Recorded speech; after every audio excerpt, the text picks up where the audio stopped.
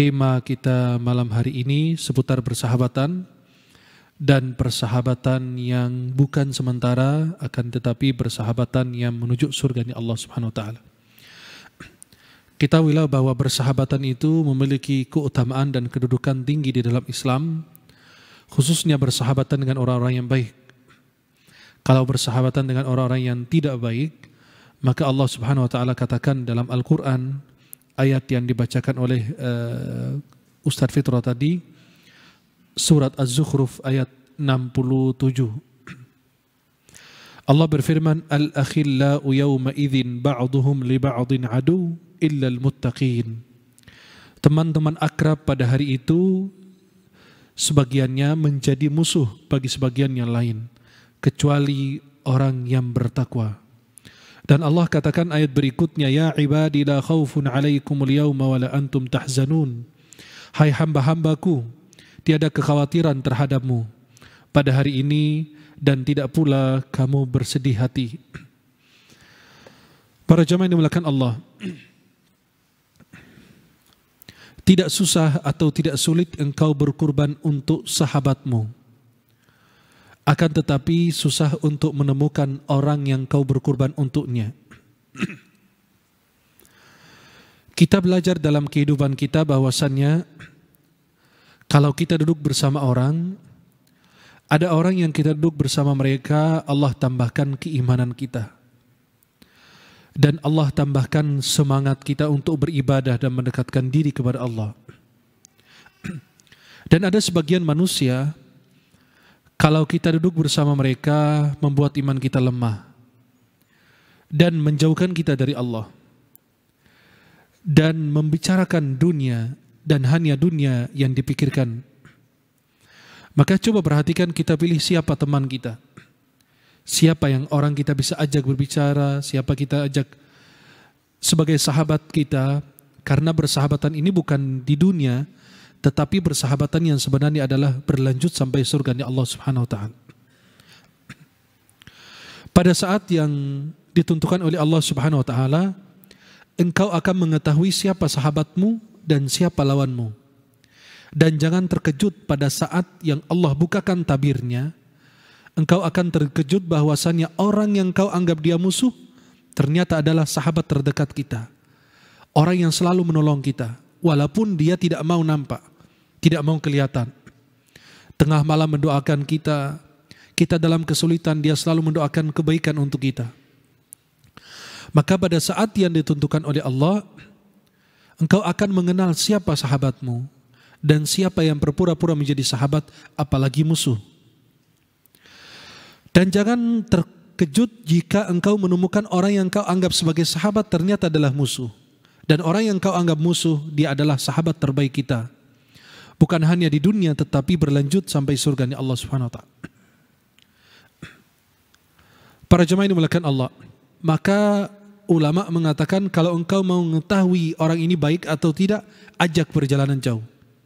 Engkau akan ketahui kualitasnya, keimanannya, bersahabatannya, kebaikan dan keburukannya, semua akan nampak, kelihatan. Allah akan bukakan segala-galanya. Maka para jemaah yang dimuliakan Allah Subhanahu wa taala, dan engkau juga akan menemukan di dalam kehidupan kita manusia yang bermacam-macam. Engkau akan menemukan orang yang menguji kita. Dan selalu kita temukan dalam kehidupan dakwah sehari-hari kita.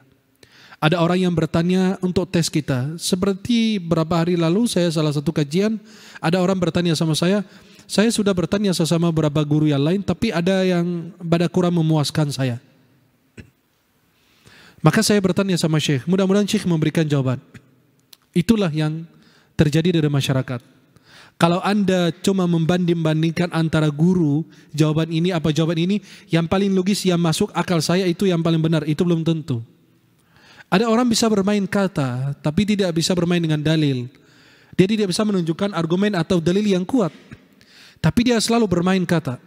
Maka orang yang tidak terisi dengan ilmu akan selalu merusakkan, seperti nenek-nenek yang membandingkan ayahnya dengan Rasulullah. Karena dia bermain kata, dia berpikir siapa yang berjasa di abad 20, apakah Rasulullah atau ayah saya? Rasulullah sepanjang hidup, ayahmu itu pada waktu tertentu. Sedangkan Nabi itu sepanjang hidupmu. Nah, itulah yang bermain kata tanpa ada dalil yang kuat. Akhirnya membuat orang rusuh. Maka ada sebagian sahabat atau orang yang kita bertemu di dunia, mereka akan menguji kita, tes kita. Apakah tes kesabaran, tes keilmuan, macam-macam. Maka manusia sekarang lebih pintar dari ustadz.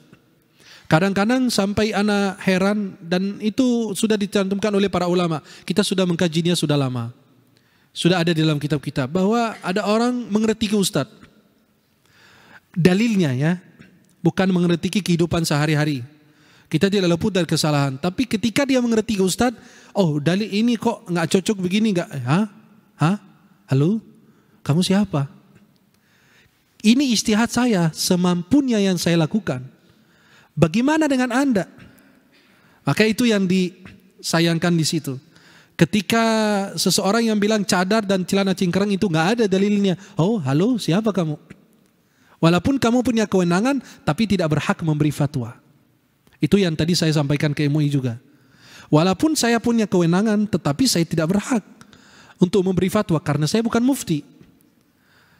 Dan mufti itu memberi fatwa tidak harus diamalkan. Saya tidak punya kewenangan untuk orang, Pak ini nggak boleh dilakukan, minum khamar. Saya tidak punya kewenangan untuk ikut Anda minum khamar apa tidak. Tapi keputusan seorang hakim itu wajib, pasti Anda harus lakukan. Fulan di penjara sebulan, ya di penjara. Maka ketika kita bersahabat dengan orang atau bertemu dengan manusia di dunia, ada yang menguji kita. Menguji kesabaran, keimanan, keilmuan, macam-macam. Dan ada sebagian orang yang memanfaatkan kita. Ya itu orang baik, orang apa, memanfaatkan. Setiap hari memanfaatkan. Kalau kita sebagai umat Islam, kita senang dimanfaati dalam kebaikan. Dan jika Anda berbuat jahat karena orang itu, karena baik Anda memanfaatkan, ada waktu yang akan Allah balas. Karena Allah tidak akan tidur. Allah tidak akan lupa. Allah menilai semua. Ingat. فَمَنْ يَعْمَلْ مِثْقَالَ ذَرَّةٍ خَيْرًا يَرَى. Melakukan kebaikan sekecil sebesar dharrah, sebesar semut kecil itu, dalam tafsir Wasit jilid 15 surat Az-Zalzalah, Dr. Tantawi rahimahullah mengatakan sebesar apa? Semut kecil itu zarrah. Akan dibalas oleh Allah, dan kejahatan sekecil apapun akan dibalas oleh Allah. Sekarang maupun besok atau nanti di hari kiamat. Allah tidak bakalan melupakan kejahatan siapapun. Anda berbuat jahat kepada orang kafir sekaligus, Anda akan dibalas oleh Allah. Karena Allah itu adil. Maha adil dalam segala-galanya. Maka ada sebagian yang mencintaimu. Dan saya selalu bilang, boleh Anda mengejar cinta orang, tapi ridha orang nggak usah. Karena ridha manusia itu susah dicapai. Ghayatul la tudrak. Sebuah tujuan yang kita susah raih. Maka kita hidup di dunia, kita tidak pernah mencari ridha orang. Saya tidak harus diridhai semua orang.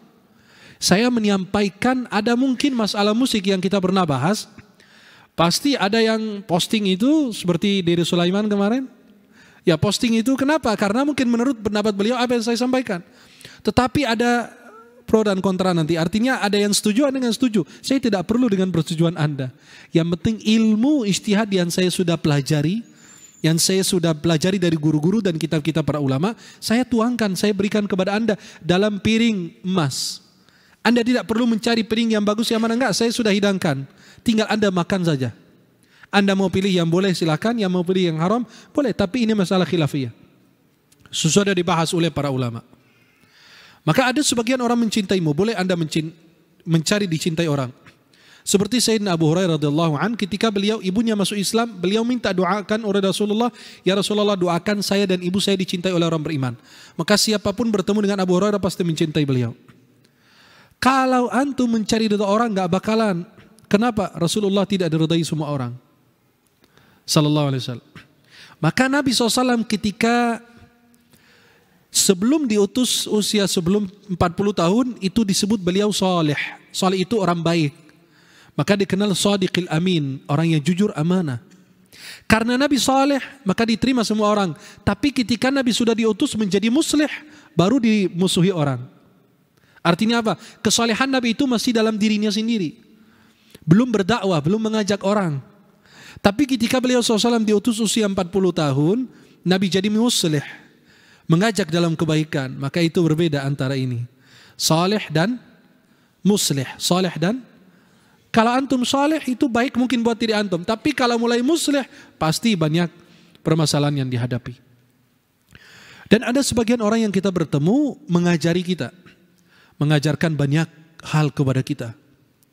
Mengajarkan kebaikan, mengajarkan agama, mengajarkan politik, mengajarkan apapun itu dalam kehidupan sehari-hari, menyangkut agama atau dunia, itu ada banyak orang bertemu kita mengajarkan kita. Dan yang terbaik di antara mereka adalah yang mengeluarkan yang terbaik dalam diri kita. Artinya apa? Orang-orang yang sudah tahu kompetisi kita apa, dia tunjukkan, ini kamu pintar dalam bidang ini. Maka kadang-kadang kita lihat anak ini harus jadi ulama, karena dia cocok jadi ulama. Seperti Imam Malik ketika melihat pertama kali Imam Syafi'i. Maka Imam Malik langsung memandang Imam Syafi'i usia waktu itu, waktu bertemu Imam Malik antara 17-18 tahun. Sekitar itu, 17-18 tahun.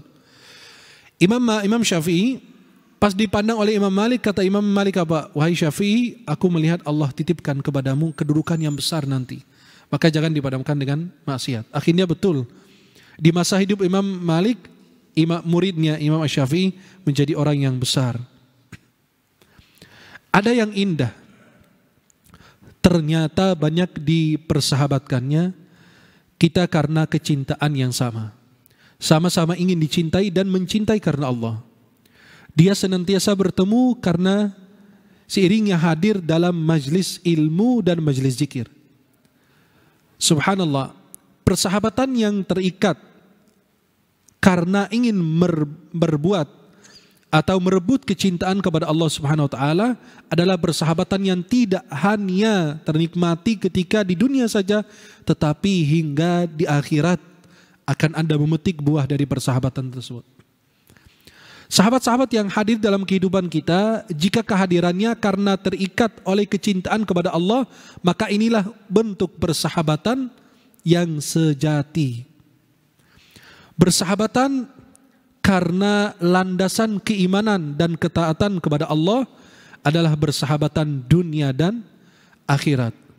Maka kalau bersahabatan dilandasi karena dunia, ya cuma sekedar di dunia saja.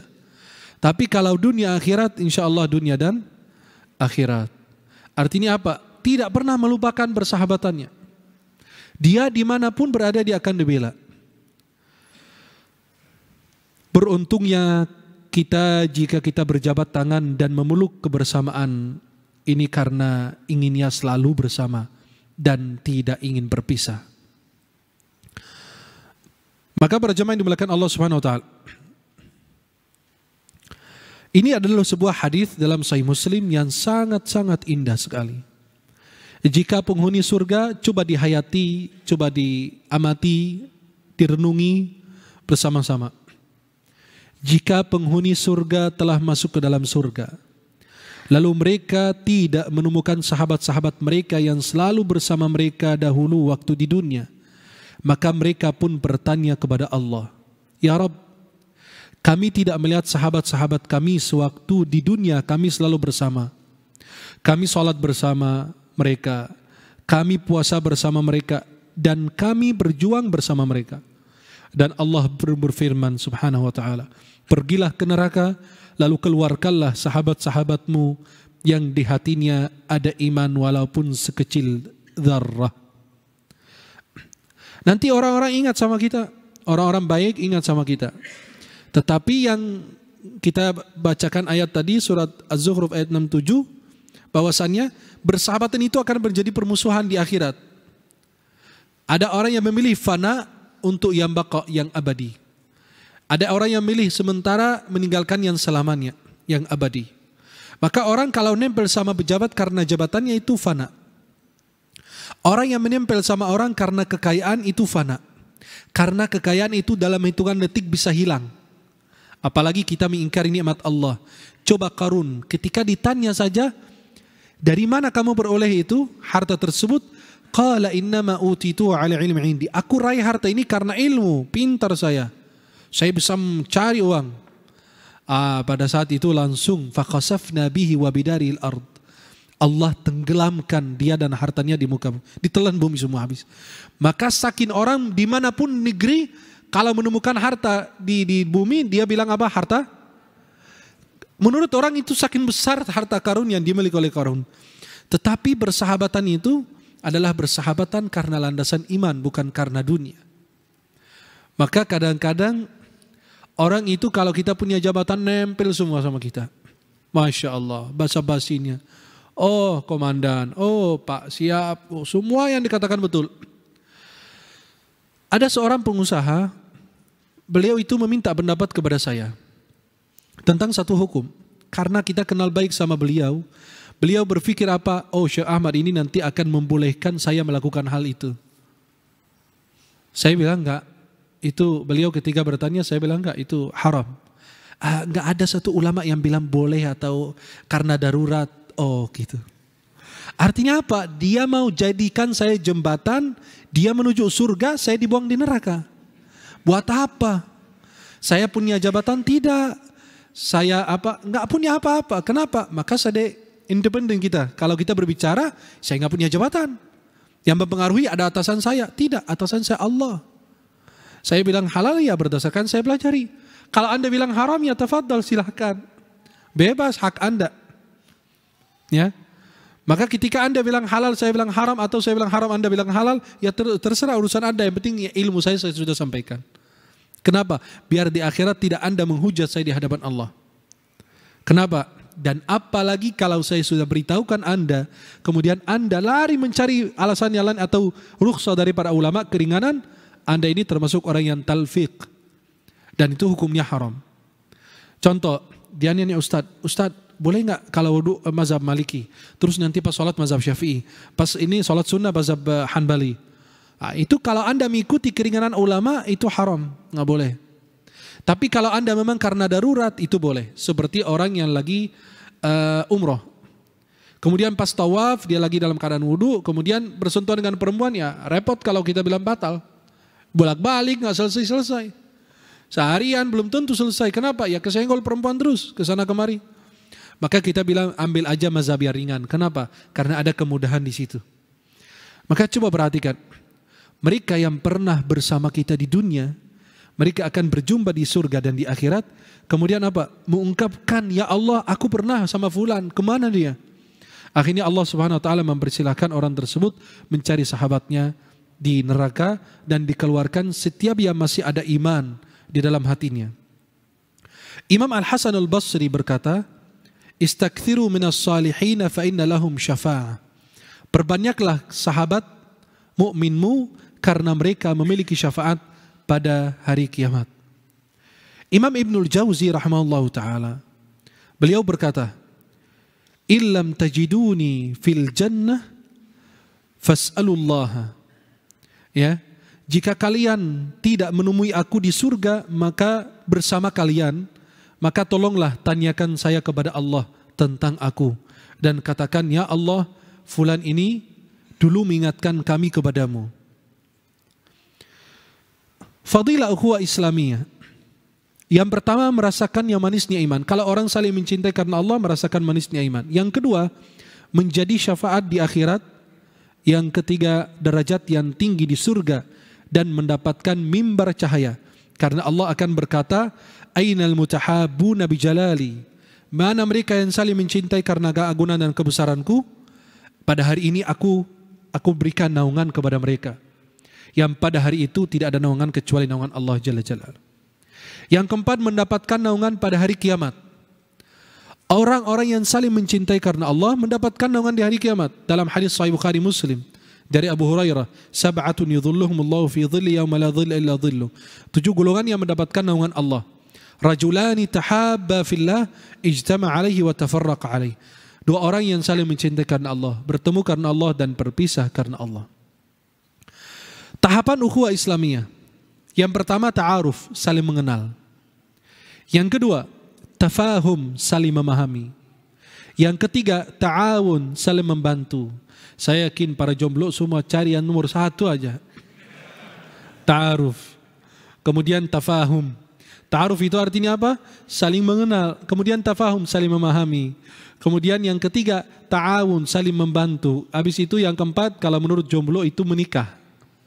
Tapi kalau di sini takaful, saling meringankan kesulitan yang dihadapi saudara, merasa senasib. Apa? Kalau dia ngadu sakit, ya kita bilang juga, ya nggak apa-apa, saya juga sakit, semua orang sakit. Artinya apa? Merasa senasib dengan dia. Ya, memberikan motivasi, bukan kamu yang sakit, bukan kamu yang punya masalah, semua kita juga punya masalah. Biar meringankan. Bahwa bukan kamu di dunia satu-satunya orang yang ada permasalahan hidup. Kemudian tingkatan lebih tinggi adalah ithar. Ithar itu adalah mengutamakan kepentingan saudara daripada diri kita sendiri. Itu adalah tingkatan yang tinggi. Wa yu'thiruna ala anfusihim walau kana bihim khassasah. Mereka mengutamakan orang lain walaupun dia dalam kesulitan. Itu sahabat Ansar yang pernah kita ceritakan kisahnya. Yang menjamu tamu Rasulullah sedangkan dia nggak punya makanan. Dia coba punya makanan buat dia, istrinya dan anaknya. Malah dia suruh anaknya tidur, istrinya dia bersama suaminya di kamar sebelah, pura-pura makan, biar tamunya kenyang. Pagi hari Nabi tersenyum ketika bertemu orang tersebut. Allah kagum terhadap apa yang kamu lakukan. Kenapa? Memuliakan tamu Rasulullah SAW. Dia dalam kesulitan, makanan cuma buat dirinya dan buat istri dan anaknya. Tetapi dia berikan ke siapa? Ke tamu Rasulullah SAW. Seperti ada seorang murid datang kepada gurunya, namanya Imam Al-A'mash. Mereka datang bilang, "Hei Imam, kami lapar." Kata imamnya, "Ya udah duduk, saya ambil makan." Dia ke dapur ngambil piring pertama. Kata mereka, "Kita kerjain beliau. Pas bawa piring pertama kita habisin dulu. Pas keluar bawa piring kedua, piring pertama habis." Kurang ajar tuh murid. Keluar bawa piring, makan habis. Baru bawa piring kedua, astagfirullah, piring pertama habis. Ya udah dikasih. Piring ketiga keluar, piring kedua habis juga. Akhirnya beliau bolak-balik ke dapur, ambil makanan habis semua rumah. Makanan isi rumah itu habis.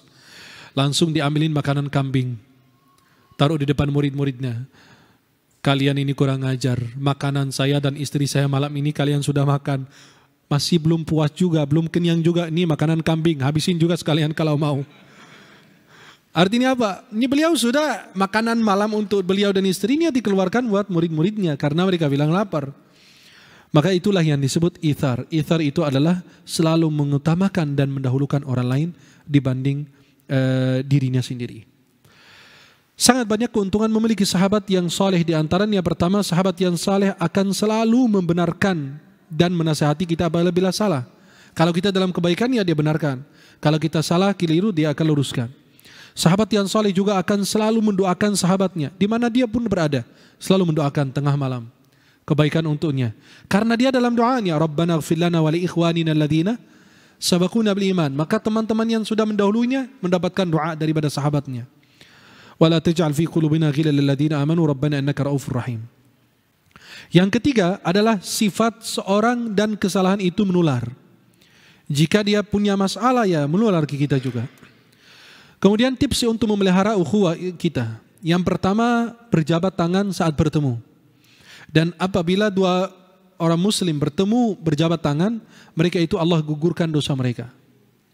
Maka sahabat kalau sering bertemu berjabat tangan, kalau udah lama nggak bertemu atau dari perjalanan jauh, mereka berpelukan.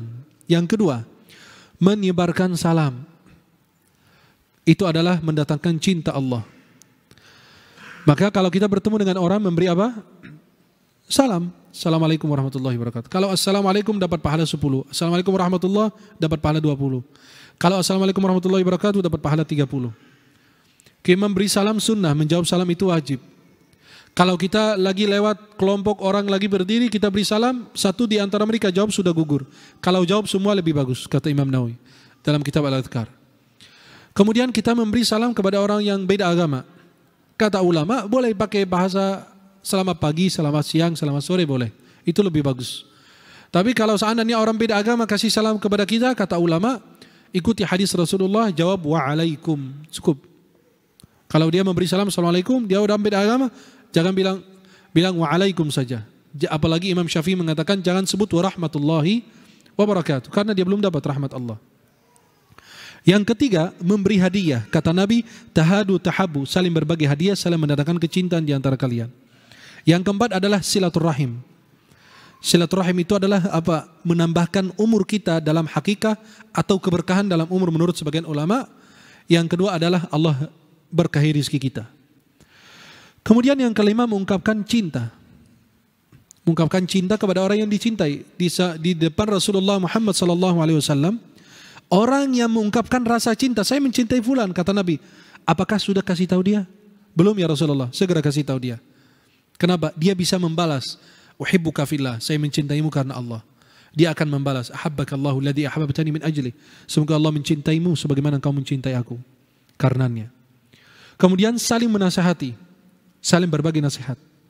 Dan nasihat itu adalah secara tersembunyi, tidak bisa terang-terangan. Kata Imam Asy-Syafi'i radhiyallahu an, kalau kamu menasihati antara saya dan kamu itu nasihat. Kalau kamu di depan orang itu membongkar aib, kata Imam Asy-Syafi'i radhiyallahu an. Kemudian yang ketujuh, menutup aib saudara. Sekarang Masya Allah, kalau saudaranya punya aib, disebarin. Dalam hitungan detik aja luar biasa. Disebarin aibnya. Nah itu buat apa? Nanti kamu sebarin aib orang, mengikuti aurat orang, aib orang, nanti kamu akan dibongkar aibnya di tengah-tengah rumahmu. Itu hadis dalam Musnad Imam Ahmad. Hadis sahih. Artinya apa? Allah tidak lupa. Kau membongkar aib saudaramu, Allah akan bongkar aib. Artinya apa? Aib keluargamu sendiri nanti akan dibongkar. Bukan untuk satu orang, bisa puluhan, bisa jutaan orang. Maka jangan sekali-kali mengikuti aib orang. Dalam Islam ini contoh. Ada orang bilang ini ada fulan lagi berzina di belakang, di dalam rumahnya. Kita tidak boleh masuk ke dalam rumahnya cek apakah dia berzina, enggak boleh. Selama dia tidak menampakkan. Ya, beda dengan undang-undang peraturan. Ada laporan fulan itu pesta atau minuman apa, ya, itu beda. Tapi dalam Islam enggak boleh. Kenapa? Kalau benar-benar itu tidak, musibah besar bagi kita. Karena kita membuka aib orang, sedangkan dia tidak bersalah, contoh. Atau menuduh fulan dengan fulana. Saya lihat perempuan masuk ke rumah dia. Oh ini siapa? Akhirnya ternyata istri dia, contoh. Dia kan orang berluar kota. Pas pulang sudah nikah. Tahu sendiri orang di luar kota nikahnya cepat. Nggak pakai ini ya. Nggak pakai lama-lama kayak kita di Jakarta. Di sana di kampung cepat nikahnya. Tiba-tiba pulang bawa istri. Kan istri yang kemarin pas pulang 2 bulan, liburan atau 3 bulan istri dia meninggal. Habis itu suruh nikah lagi. Bawa perempuan baru. Pas dia masuk ke rumah. Wah tuh kurang ajar kan tuh. Wow selingkuh dia. Dan nanti dibukain satu persatu nanti aibnya. Maka kita saling menutupi aib saudara. Kalau sampai engkau buka, Allah bukakan aib. Dan kalau Allah mengikuti aib kita, itu musibah besar. Kalau makhluk mengikuti aib makhluk, itu masih ringan. Tapi kalau Allah yang ikutin aib kita, wah itu parah di situ. Kenapa? Dibongkar. Dan tidak pertama kali dia melakukan kesalahan, dia sudah berkali-kali. Seperti orang yang koruptor itu, dia tidak pertama kali mencuri, mengambil uang haram, korupsi, tidak. Pasti dia sudah berkali-kali. Ya, sudah berkali-kali Allah ingatkan, Allah kasih teguran. Tetapi dia tidak juga. Maka Allah bongkar pada saat itu. Kemudian menebar senyum. Bertemu dengan saudaramu itu selalu apa? Senyum. Senyummu di hadapan saudaramu adalah sedekah. Tapi jangan kotak infak yang disenyumin. Gak usah keluarin uang, katanya kayak senyum, ya sedekah. Itu gak bisa.